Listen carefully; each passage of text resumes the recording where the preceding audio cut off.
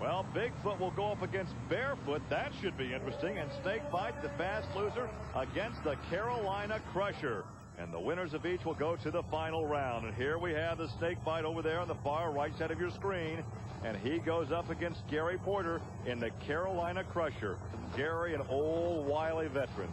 Snakebite keeps slithering back into these eliminations. It's amazing. He's trying to make Gary Porter think. He's doing a little side job. Porter went into the line. Snakebite stopped, and he went forward, back up.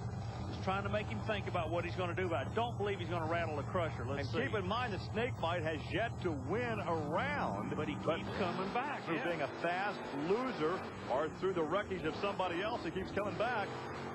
But this time, well, he won't make it through this one as Gary Porter takes the victory in the Chevrolet, the Carolina Crusher. So the Snakebite, well, they have devenomized the Snakebite today, and he'll go to the paddock area.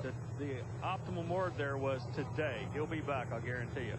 So Gary Porter will find himself in the championship shootout as a great crowd is on hand. A lot of sunshine here in the hills of north central Pennsylvania, and they're cheering for this guy right here, Andy Brass in Bigfoot 8 out of St. Louis, Missouri. And look who he's going up against. Barefoot Fred Schaefer, the last truck, the 13th truck to arrive today, and he has a shot at the finals. The bottom of the Barefoot sign on the truck has said racer, and that's exactly what Fred Schaefer is. He came in here, he's going to run whoever he has to run. And I'm going to be upfront about this thing. Fred Schaefer does not like the Bigfoot guys one bit. Schaefer has the advantage headed to the second set of cars. Look at this. The Chevrolet takes the win over the Ford of Bigfoot. Well, the Chevy fans are happy as Barefoot Fred Schaefer beats out the Bigfoot 8 of Andy Brass. Watch how soft Barefoot lands. Not a lot of bounce. Look at this. He absorbs the impact. That's why that truck goes so quick. And look what lane he was in. The right lane, Bigfoot the left lane. Here's the winner with Army. This is a guy that's always wanted to race this way. When I say this way, I mean, look, let's let the cards go where they may. Fred, this is exactly, if you had to write a script, this is the way you'd write it, isn't it? This is the race, and we got Gary Porter out there with Carolina Crusher. He's a tough customer to come, and it's going to be a real good finish, I think. You have lane choice. I need to ask where you're going to go. Well, I'm going to stay in that lane. I think we got a pretty good lane right there. What happens 10 feet off the line? A while ago, it looked to me like you almost short shifted the truck or something. You rolled, and then 10 feet out, it went like a rocket. I think it's starting to hook a little bit better. I think the dirt's a little loose on the starting line, and then those tires are really digging in about 10 feet out. So hopefully we can get that starting line cleaned off a little bit by doing some burnouts and go for it. Well, the bow tie brigade will love the finals because it will be Chevy against Chevy coming up next.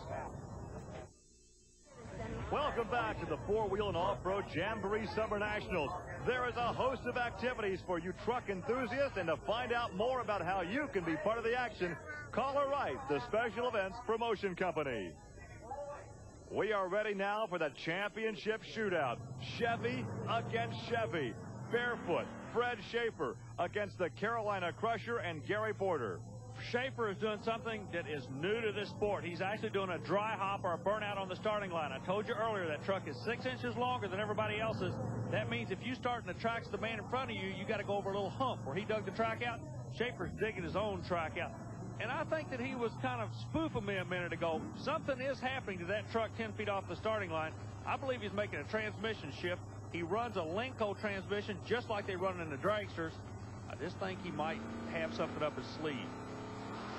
Well, let's find out. It's a good hole shot by Gary Porter, but look at Fred Schaefer make up the ground, out of control, but he's going to win it. Hang on. I thought he was going to roll over. Well, I believe we might have a disqualification here. Schaefer, watch the screen. There's an out of bounds on the right side. Schaefer was pushing it. Boy, Porter left the line like a rock. 10,000-pound trucks leaving just as hard as pro stock drag cars. Look at this. Plus, they jump 20 and 30 feet in the air. Schaefer has the advantage, but right here, he's going to get disqualified. And that means the Carolina Crusher, Gary Porter, will take the victory here in Bloomsburg.